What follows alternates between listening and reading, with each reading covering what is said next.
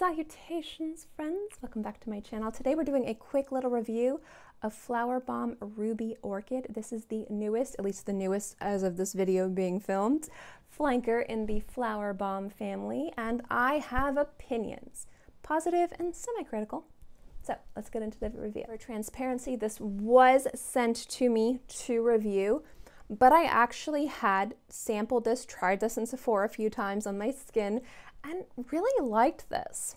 Now there has been some critique. There's always critique around Viktor and Rolf, and specifically their flankers. And if you guys want to know my opinion, their Rose Explosion is one of the best flankers ever, in my opinion. I've talked about it so much I had to stop talking about it. I love it. So I have very high expectations for the flankers from the Flowerbomb family. I also love Nectar, and that is one that I need to purchase. I have little bottles of it that I wear, but I need to purchase a big bottle of it. Now, when I look to specific houses, specific fragrances, and flankers, I look for specific things. Flowerbomb, a lot of people describe as basic, mainstream, crowd-pleasing. And what I have to say is I think it's crowd-pleasing and mainstream in all the positive ways. There's something about it that really grabs people's attention. It's very confident. It makes you feel very beautiful.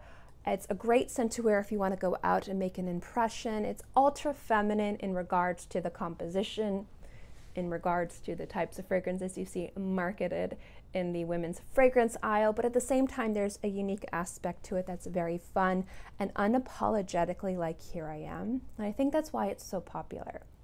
Now, when Ruby Orchid first came out, people obviously had opinions, and people are entitled to their opinions. When I smelled it, I instantly was like, I know what they're trying to do, or at least I think I know what they're trying to do, and if they're trying to do this, I get it. And I'm gonna throw out this descriptor, and it's gonna be real stupid. It's not really gonna make much sense, but hear me out. Normally when people think about Flowerbomb, they think of like young women or young adults who are going out, who are ultra feminine, who are going out and partying, dancing, clubbing with friends, living their best life. Now imagine those girls working on their master's or their PhD. That's at least in my opinion. And what I mean by that is it's orchid to me is a floral note, a floral chord, a floral composition that is more mature and evocative of somebody kind of coming of age, but it doesn't sacrifice a sexy sensuality. In fact, I think it kind of celebrates and embraces that. Now they have this like red bean, vanilla bean accord in here. It's vanilla. It's an uncomplex designer vanilla. There's nothing about this that smells like it would be some special crazy accord that is earth-shattering. It's vanilla. They should have just said vanilla instead of trying to make this some crazy vanilla. Like maybe, it's vanilla. It's an uncomplex vanilla. It's a nice vanilla. It works beautifully in this fragrance, but it's vanilla. The orchid in here is really, really beautiful. The vanilla is nice and warm. The only real critique I have to say about this is that the original Flowerbomb DNA smells way too watered down. As its own kind of standalone fragrance, I think this smells really good. I wish there was more of that playful, unapologetically, just fun-loving, but still very just powerful flowers. Flowerbomb DNA in this. I think that would have made this super extra special if it just had more of the original DNA up front and center. It would have given it, in my opinion, more of this fruity floral playfulness that would have, to me, been more cohesive in the Flowerbomb flanker family. And I think that's where Nectar really shines, is that it is unapologetically, here I am, but it is perfectly fitting into the Flowerbomb family. This feels like a grown-up Flowerbomb, which is absolutely fantastic. And again, it doesn't compromise any of the spunk, the fun, the flowers, but it doesn't do it in a way that pays 150% perfect tribute to the OG.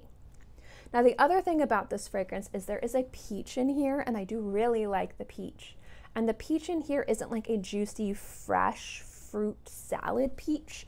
It feels like more of the type of perfumed fragrance peach that you might smell in a candle or you might smell in an expensive soap. And I actually think that that works better than a fruity peach, because I think if it was more kind of like fresh, juicy, fruity peach, the balance might have been weird. I like how it doesn't smell like a peach you would bite into.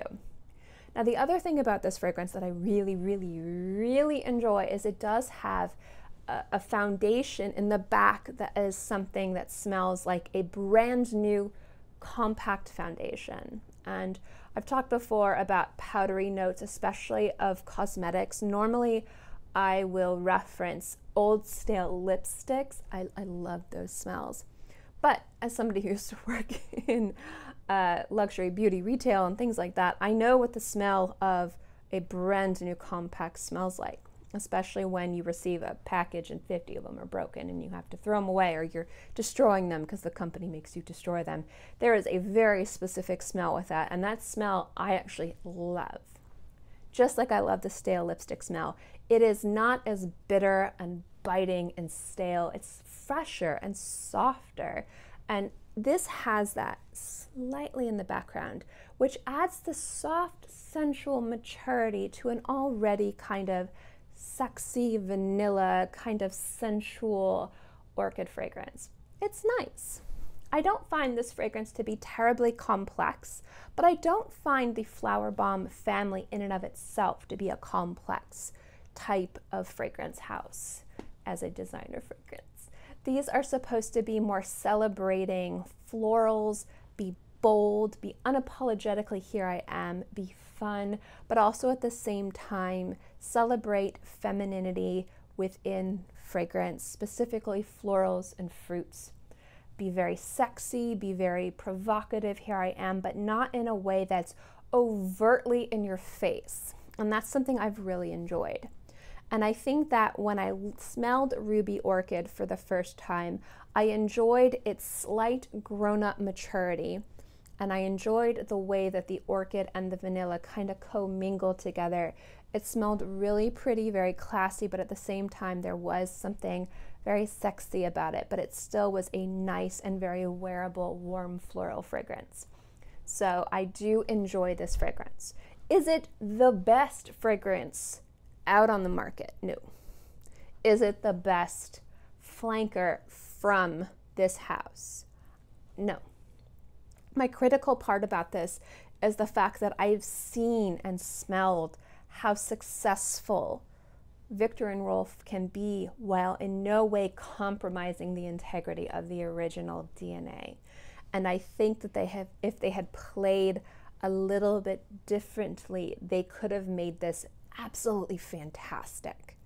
It's a great fragrance, and I was gonna buy it, and I was very happy when they reached out to me and was like, hey, would you like to try this? I was like, yes, that's great, because I was gonna buy this because I really enjoyed wearing it and I really like the way it smells on my skin.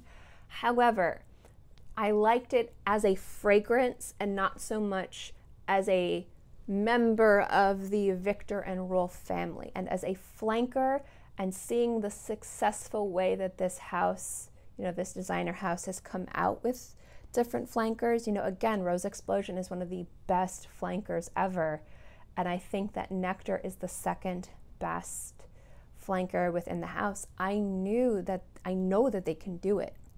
So I just wanted to see a little bit more effort in this to make this fit more within the Flowerbomb. The fragrance inside this bottle doesn't feel like it should be inside of this ruby grenade bottle. It feels like it should be something from like the House of Dior or Lancome or something that's less, here I am, I'm bold and powerful and in your face. It's still mature, it's still sexy. There's something about it that's very alluring and delicious and sassy, but not quite the way the others are, and that's what I'm missing, and that's what I'm critical of. As a fragrance, closing your eyes, smelling it as a designer scent, so I'm not expecting crazy new compositions. I think this smells great for an orchid fragrance, very easy to wear, but at the same time I do like the little bit of soft, powdery foundation at the base. I like the uncomplex vanilla. I don't know why they said whatever accord. It's an uncomplex vanilla. There's nothing about it that's crazy unique. It's a vanilla, just a basic designer vanilla. Still a very good designer vanilla. It smells really nice, but it's nothing like new. And I love the orchid in here. I think it's a very good orchid accord. It smells just very sexy and mature and sophisticated and alluring, but still at the same time very ultra feminine. And I enjoy this a lot. I wish it was more, because I know that they can do it. So that is my review of Ruby Orchid from Flowerbomb. Again, they did send me this bottle. This was sent to me for free to review. And if you've had the opportunity to try this fragrance, I'd love to know what you guys think. Positive or negative, let me know what your guys' opinion is at the comment section below. And if you guys like the House of Viktor and Rolf, you know, their fragrances, are you a fan of Flowerbomb? I don't know why I can't say words. I mean, I can never say words. I don't know why I pretend like this is anything new. Let me know what you guys think. I am actually a fan of Flowerbomb, and I actually enjoy this fragrance a lot. I just wish, again, it was a little bit more inspired by the OG, but at the end of the day, it is a nice fragrance, and I find it to be very enjoyable. So that's my review. I hope you guys enjoyed it, and I'll see you next time.